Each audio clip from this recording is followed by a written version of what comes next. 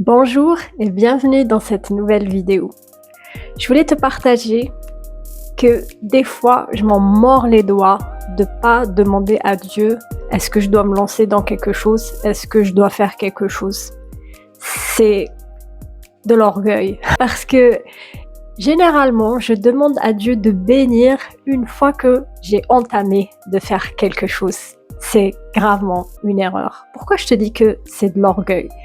Parce que Dieu nous a rachetés à un grand prix, le prix du sang de Jésus-Christ. On lui appartient, il nous a adoptés, nous sommes ses enfants et nous grandissons avec Dieu. Il nous veut du bien, il nous a rachetés pour avoir une bonne vie, pour dire adieu à notre ancienne vie qui était mauvaise et où on était dans l'enchaînement pour être libre en lui.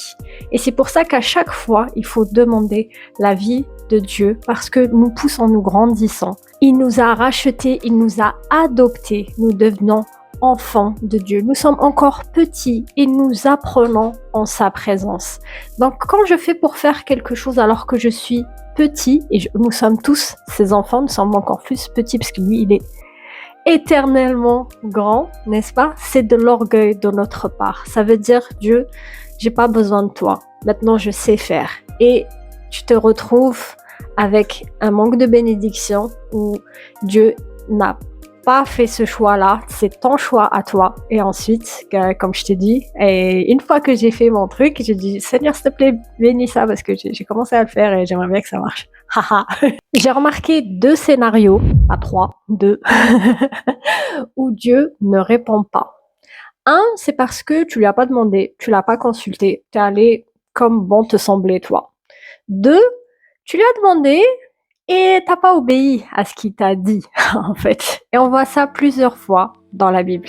Les 2 exemples auxquels je pense là tout de suite, c'est l'exemple de Saül et de Élie, le sacrificateur et non le prophète, parce que c'est 2 personnes complètement différentes. Les 2 là, ils honoraient pas Dieu, ils honoraient les hommes. La famille d'Élie en l'occurrence. Je t'explique. À chaque fois, Saül, comme un bon roi, il demandait l'avis de Dieu, il allait chez Samuel, le prophète, il lui disait « Est-ce que je peux faire ça? Est-ce que Dieu me le permettra ?» Et Samuel dit « Oui, il l'a permis, voilà comment ça va se passer, machin, machin. » Le jour J, il en fait qu'à sa tête. Oh, Samuel, il tarde à venir. Oh, je devrais prendre quand même le butin parce que on l'a bien mérité. Même si Dieu a dit que c'était interdit, je vais le prendre quand même. Ça sera bon pour les gars qui sont avec moi. Tu vois, il honorait les gars qui étaient avec lui, les hommes qui étaient avec lui, le peuple, et non pas Dieu. Parce que si le peuple s'ennuie, s'il s'écarte, si c'est pas un bon roi, il n'aura pas une bonne image. Donc il préférait l'image que renvoyaient ces gens-là plutôt que Dieu. Et c'est le peuple de Dieu pourtant. Lui, il n'est que son serviteur. Par exemple aussi Élie, comme j'ai dit, le sacrificateur et non le prophète. Élie avec deux enfants qui étaient au service, 2 garçons. Et ils n'honoraient pas du tout Dieu. Et ils étaient dans le mensonge, dans l'outrage, et ils respectaient pas du tout Dieu. Et au lieu que Samuel leur dise « C'est pas bon ce que vous faites, vous allez arrêter le service sur le champ », non, il les a gardés. Parce qu'il s'est dit, je pense, il s'est dit « Qu'est-ce que les gens vont dire si je demande à mes enfants de s'écarter ?» Ils vont se dire « Ah, c'est pas une bonne famille de sacrificateurs, on va s'éloigner aussi d'Élie. » Or, il n'a pas honoré Dieu. Il aurait dû dire « Les enfants, vous faites n'importe quoi, vous n'honorez pas Dieu et Dieu est plus important. Donc vous allez c'est comme les punir en fait. Vous allez arrêter maintenant. Et si un jour je vois que vous rentrez dans le rang, normalement ça aurait été ça. Il aurait dû honorer Dieu avant. » Et c'est ce qui fait que Dieu répondait pas. Plusieurs fois, Saül demandait de l'aide ou consultait Dieu et Dieu ne répondait pas. Parce qu'il n'obéissait pas. Alors pourquoi il répondrait une énième fois, sachant qu'il ne répondrait pas?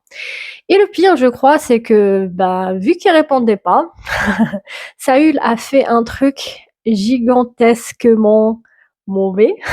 Ça se dit pas, hein, j'invente des mots, moi. Il est allé consulter les morts. Il est allé vers Dieu lui demander qu'est-ce que je dois faire? Dieu n'a pas répondu. Et qu'est-ce qu'il a fait? Il connaissait un prophète qui a été super cool avec lui, qui est Samuel. Et Samuel était déjà mort, donc il est allé voir un genre de, on va dire sorcière, on va dire une personne qui consulte les morts et tout ça. Et il voulait voir Samuel alors qu'il était déjà mort. Et à mon sens, n'était pas Samuel. Parce qu'en plus, il lui a dit, tu vas mourir, tu vas me rejoindre. Et Saül avait fait une bêtise. Or, rejoindre Samuel là où il est, c'est juste improbable.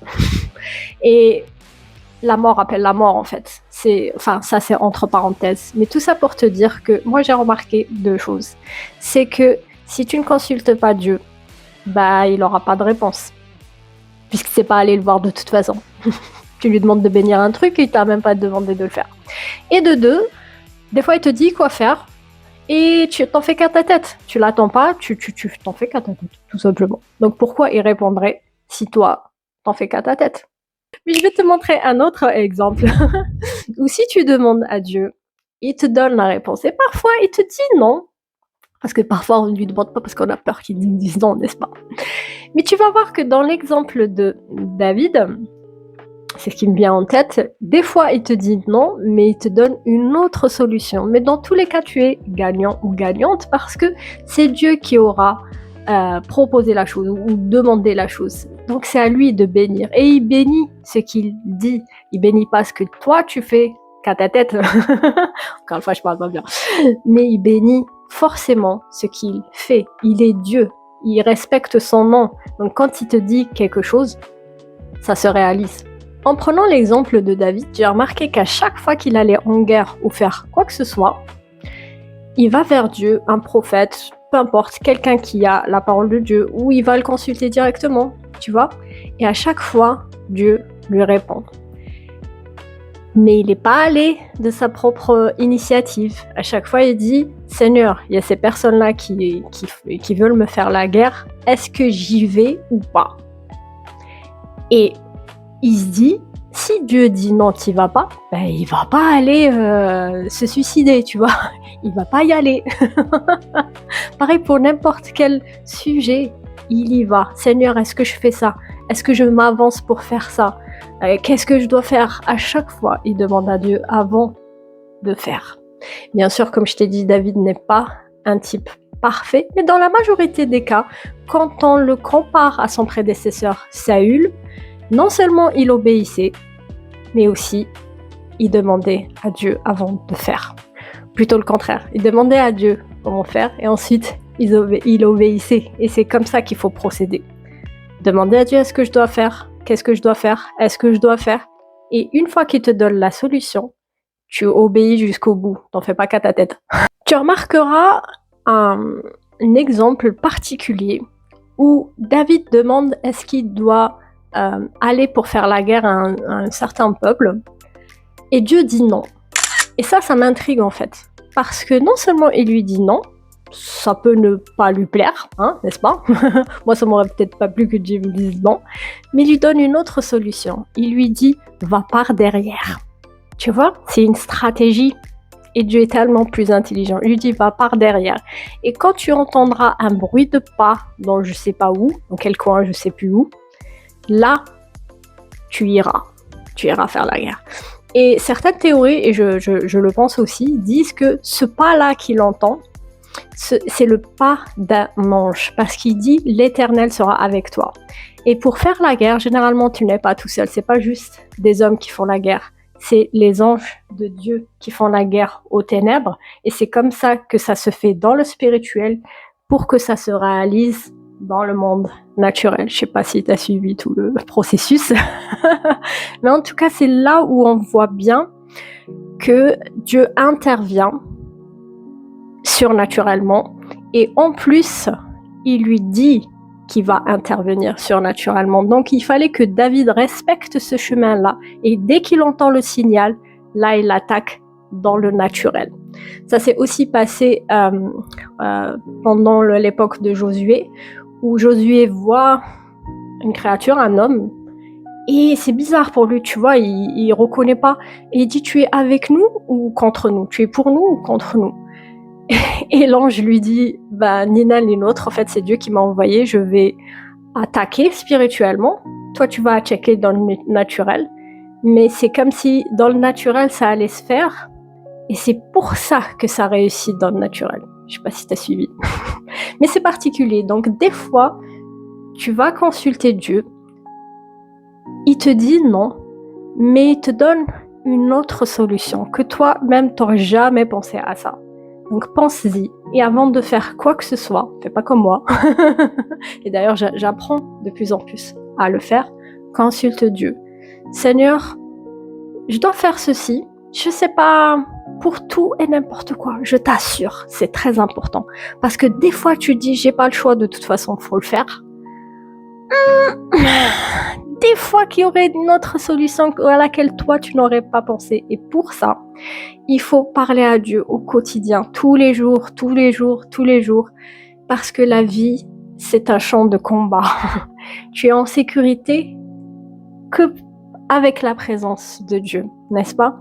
Et dès le matin, dès le réveil, il y a toute une journée qui t'attend. Et si tu ne vas pas en réunion de suite avec Dieu avant d'affronter ta journée, avant de faire quoi que ce soit dans la journée, ben, tu manques des bénédictions. J'espère que cette vidéo te sera vraiment utile. Je te bénis et n'oublie pas de sourire parce que tu es vachement, vachement béni. Ciao!